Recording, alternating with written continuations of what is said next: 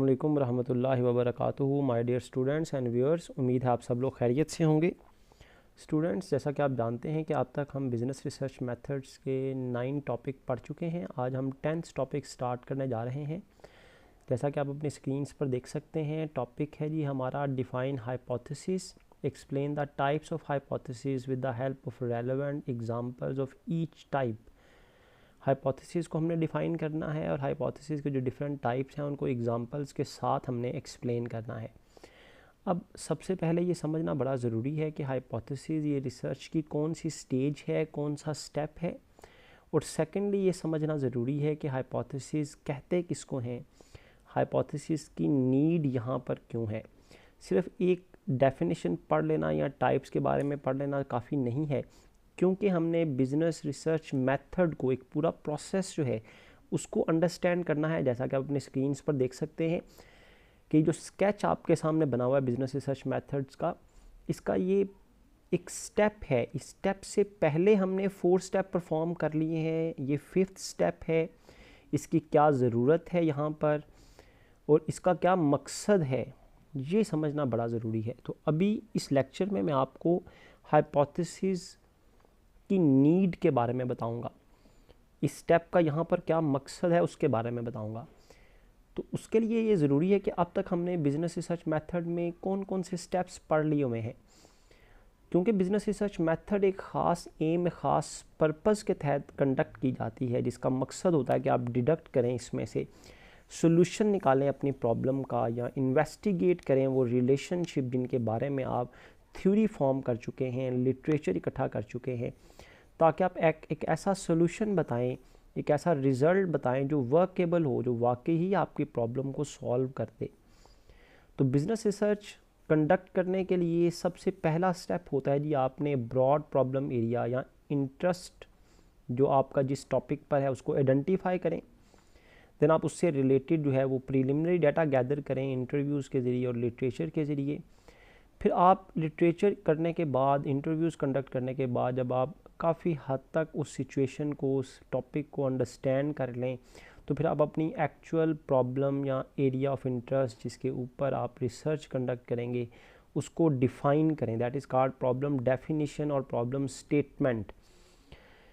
Problem state करने के बाद नेक्स्ट और बड़ा इंपॉर्टेंट स्टेप आपने प्रीवियस 3 लेक्चर्स में पढ़ा, दैट इज़ थ्योरेटिकल फ्रेमवर्क, जिसमें आप डिफरेंट टाइप्स ऑफ वेरिएबल्स जो हैं वो आइडेंटिफाई करते हैं, उनका एक मीनिंगफुल रिलेशनशिप बनाते हैं, उनको लेबल्ड करते हैं, भाई ये डिपेंडेंट है, ये इंडिपेंडेंट है, ये मॉडरेटिंग है और ये इंटरविनिंग वेरिएबल है। यहाँ पर ये समझना बड़ा ज़रूरी है कि जो आपने थ्योरेटिकल फ्रेमवर्क में वेरिएबल्स जो है वो आइडेंटिफाई किए, उनको लेबल्ड किया और उनका एक रिलेशनशिप बताया, that are not actually those variables, those factors which are affecting or influencing over situation। मेरी बात समझ रहे हैं आप? देखें, डिपेंडेंट वेरिएबल की हद तक तो ठीक है कि भाई वो हमारी एक्चुअल प्रॉब्लम होती है, वो एरिया ऑफ इंटरेस्ट होता है जिस पर रिसर्चर का फोकस होता है।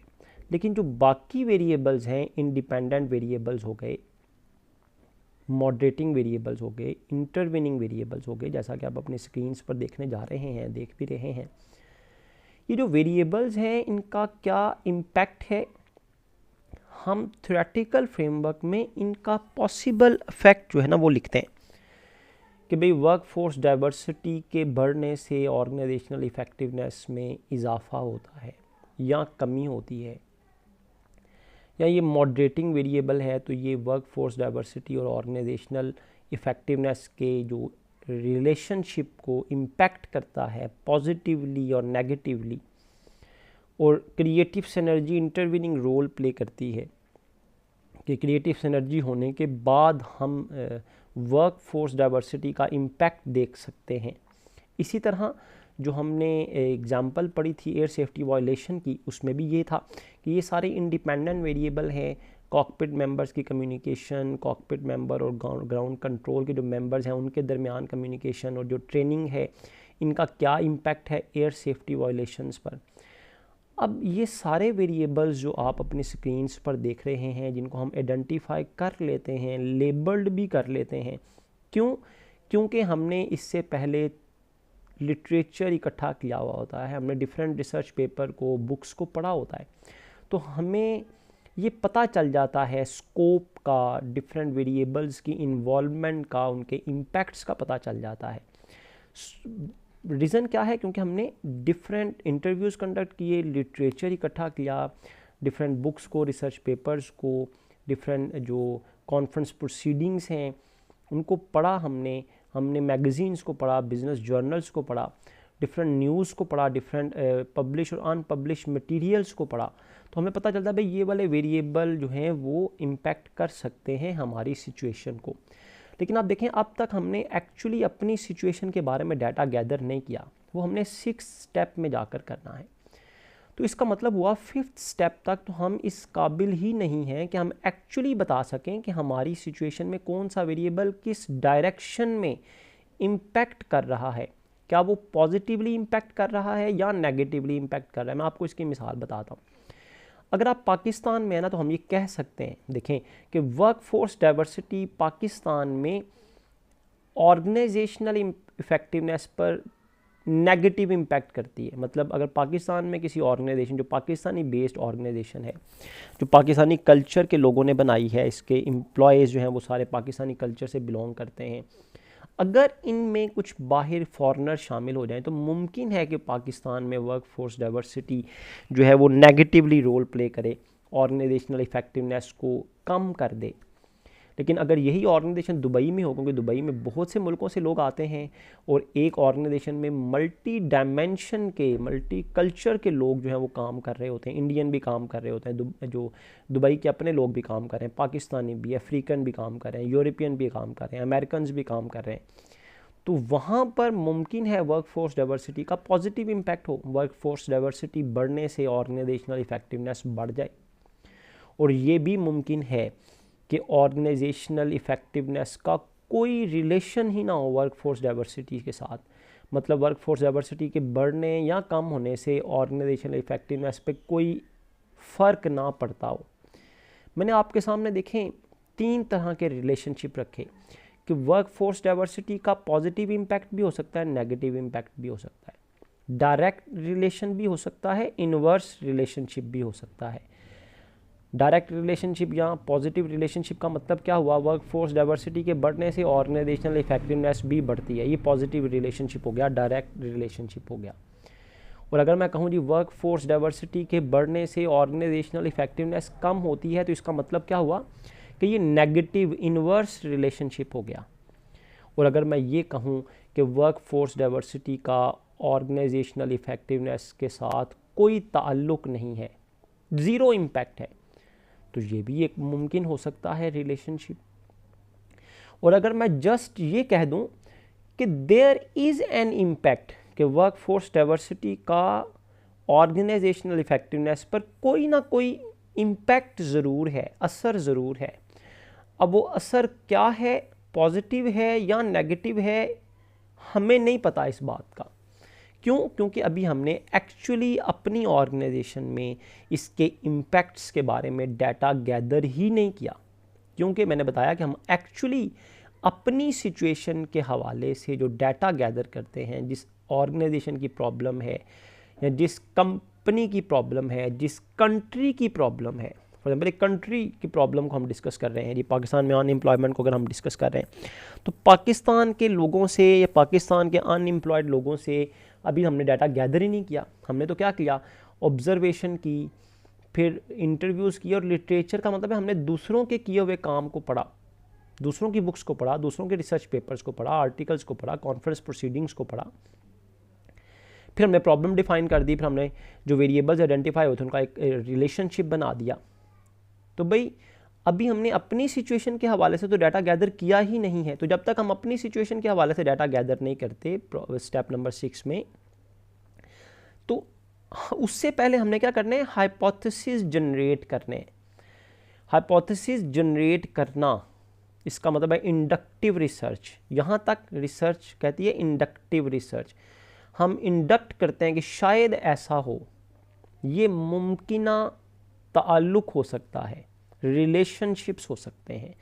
मैंने अभी आपके सामने जो 4 स्टेटमेंट्स मैंने अभी आपके सामने पढ़ी हैं, सुनिएगा ध्यान से। एक मैं स्टेटमेंट पढ़ने जा रहा हूँ जी कि work force diversity is directly related to the organisational effectiveness, या इसको मैं इस तरह भी कह सकता हूँ कि वर्क फोर्स डाइवर्सिटी के बढ़ने से ऑर्गेनाइजेशनल इफेक्टिवनेस बढ़ती है।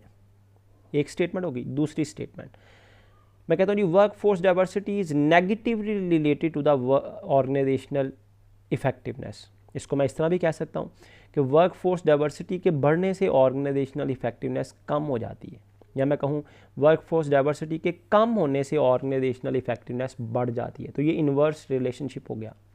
तीसरी स्टेटमेंट मैं बोलता हूँ जी that there is a relationship between workforce diversity and organizational effectiveness। अब रिलेशनशिप तो है, ये नहीं बताया मैंने इस स्टेटमेंट में कि कौन सा रिलेशनशिप है, पॉजिटिव है, नेगेटिव है, डायरेक्ट है या इनडायरेक्ट, इन्वर्स रिलेशनशिप है। और फोर्थ स्टेटमेंट मैं आपके सामने बोलने जा रहा हूँ कि there is no relationship between work force diversity and organizational effectiveness. जो चारों स्टेटमेंट मैंने बताई हैं ये सारी मुमकिन, सब मतलब इनमें से कोई भी मुमकिन हो सकती है आपकी सिचुएशन में।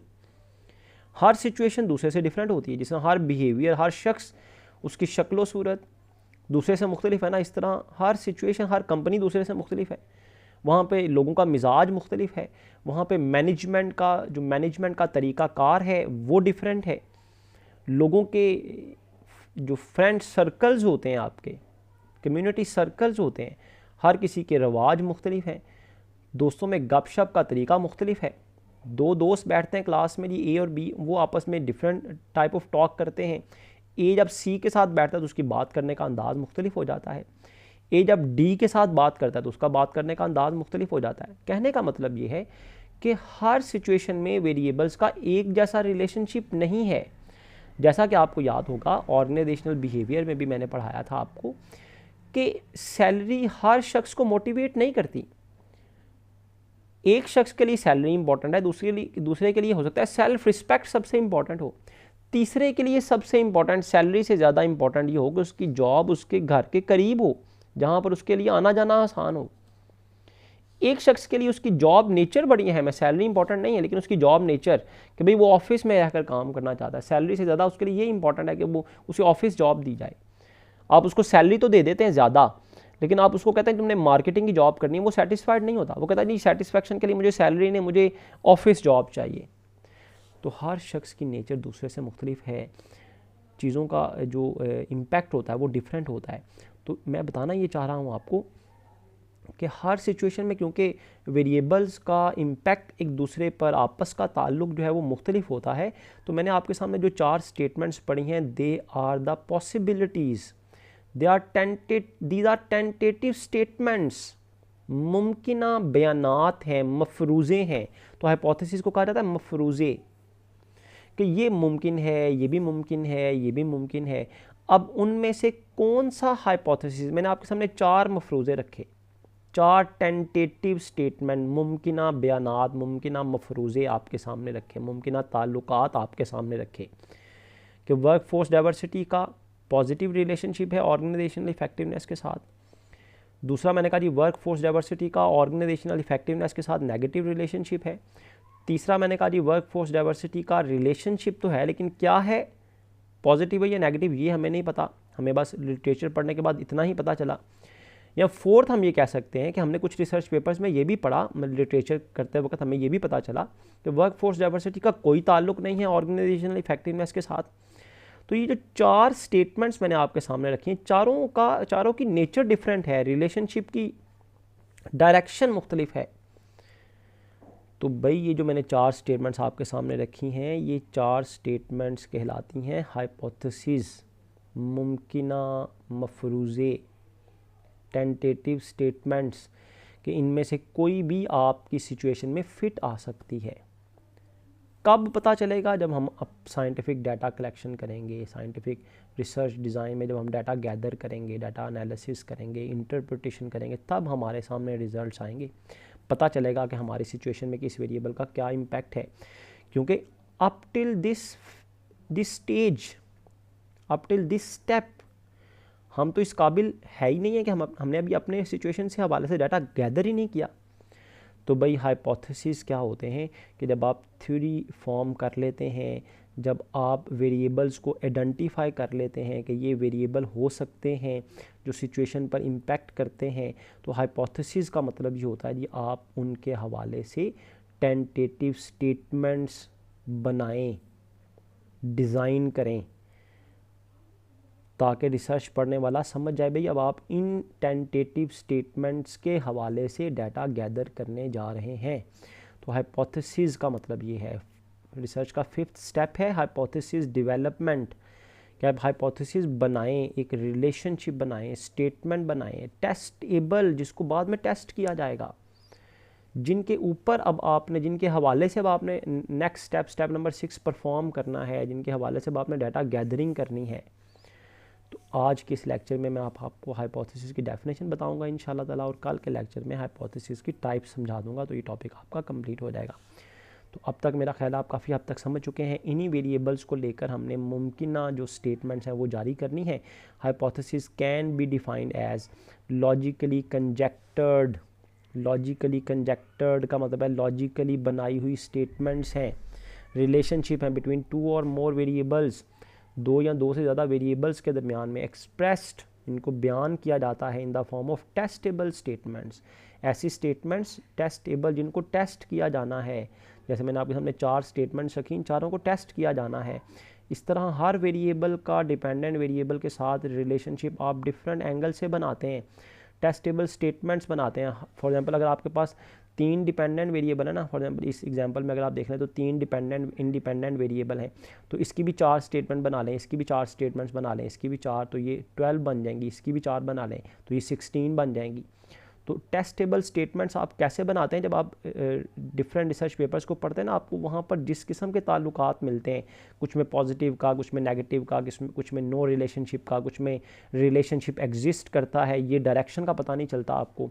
तो जो आपको लिटरेचर में पता चला है, आप उनकी बेस पर टेस्टेबल स्टेटमेंट्स बना देते हैं, ताकि उनको बाद में टेस्ट किया जाए, पता चले भी कौन सी स्टेटमेंट ठीक है, वो पॉजिटिव रिलेशन वाली ठीक है, नेगेटिव वाली ठीक है, नो रिलेशनशिप वाली ठीक है, या देयर इज़ अ रिलेशनशिप वाली ठीक है। Hypothesis can be defined as logically conjectured relationship between 2 or more variables expressed in the form of testable statements. Testable मतलब जिनको टेस्ट किया जाना है। Relationships are conjectured on the basis of network of association established in theoretical framework. ये relationship किस सूरत में, किस शक्ल में बनाए जाते हैं? वो जो वेरिएबल्स आपने थ्योरेटिकल फ्रेमवर्क में जो है वो ढूंढे होते हैं ना, उनका रिलेशनशिप फॉर्मुलेट किया होता है रिसर्च स्टडी के दौरान, उन वेरिएबल्स को आप जो है वो टेस्टेबल स्टेटमेंट्स की शक्ल में, वो जो नेटवर्क आपने बनाया होता है, उनकी बेस पर आप हाइपोथेसिस फॉर्मुलेट करते हैं। बाय टेस्टिंग द हाइपोथेसिस, फिर आप इन हाइपोथेसिस को, इन मफरूज़ात को टेस्ट करते हैं, एंड कंफर्मिंग द कंजेक्टर रिलेशनशिप, और बाद में फिर आप कंफर्म करते हैं कि भाई इन 4 में से, जैसे मैंने अभी 4 बनाए, तो हम भी वेरिएबल जितने ज़्यादा होंगे उतने ज़्यादा हाइपोथेसिस बनेंगे, जाहिर सी बात है। एक एक वेरिएबल के 4 हाइपोथेसिस बन सकते हैं, 3 बन सकते हैं, 2 बन सकते हैं, डिपेंडिंग अपॉन कि आपने जितने भी रिसर्च पेपर्स पढ़े हैं लिटरेचर में, आपने दोस्तों की बुक्स पढ़ी हैं, आपने वेबसाइट्स पर पढ़ा है, आपने मैगजीन्स में पढ़ा है, उसमें आपको क्या डाटा मिला है। By testing the hypothesis and confirming, फिर उनमें से कंफर्म करते हैं कि भाई पॉजिटिव वाला कंफर्म हो गया है, नो रिलेशनशिप वाला कंफर्म नहीं हुआ, वो रिजेक्ट हो गया। तो हाइपोथेसिस में से कुछ हाइपोथेसिस एक्सेप्ट हो जाते हैं, बाकी सारे रिजेक्ट हो जाते हैं। जो एक्सेप्ट हो जाते हैं वही आपके रिजल्ट्स होते हैं, जिसमें आप बताते हैं भाई इस वेरिएबल का ये रिलेशनशिप है, पॉजिटिव है, इसका ये नेगेटिव रिलेशनशिप है, इस वेरिएबल का नो रिलेशनशिप है। By testing the hypothesis and confirming the conjectured relationship, it is expected that solution can be found to correct the problem encountered. तो बाद में यही एक्सपेक्ट किया जाता है कि आपने जिन हाइपोथेसिस को जो है वो टेस्ट किया है, कंफर्म किया है, वही आपकी प्रॉब्लम सॉल्व करेंगे। जाहिर सी बात है, जब आप हाइपोथेसिस को कंफर्म कर देते हैं तो आप उन्हीं की बेस पर फिर आपकी प्रॉब्लम जो है वो सॉल्व हो जाती है। फॉलो कर रहे हैं जी मेरी बात आप? गुड। तो नेक्स्ट क्लास में, ये तो मैंने हाइपोथेसिस की आपको डेफिनेशन समझा दी है जी, नेक्स्ट क्लास में हम इंशाल्लाह ताला इसकी टाइप्स के बारे में डिस्कस करेंगे। उम्मीद है आपने हाइपोथेसिस को इसकी डेफिनेशन को अच्छी तरह समझ लिया होगा। बाकी इंशाल्लाह ताला जब हम नेक्स्ट लेक्चर में इसकी टाइप्स पढ़ेंगे तो ये टॉपिक इंशाल्लाह ताला 100% जो है वो आपको समझ आ जाएगा। अभी फ़िलहाल आपको ये समझाना मकसद था कि हाइपोथेसिस होते क्या हैं, ये स्टेज पर क्यों बनाए जाते हैं। तो इसके साथ ही मैं आज का लेक्चर जो है वो वाइंड अप करता हूँ इस दुआ के साथ कि अल्लाह ताला हम सब के हामी नासिर हों। जज़ाकुमुल्लाह खैरा।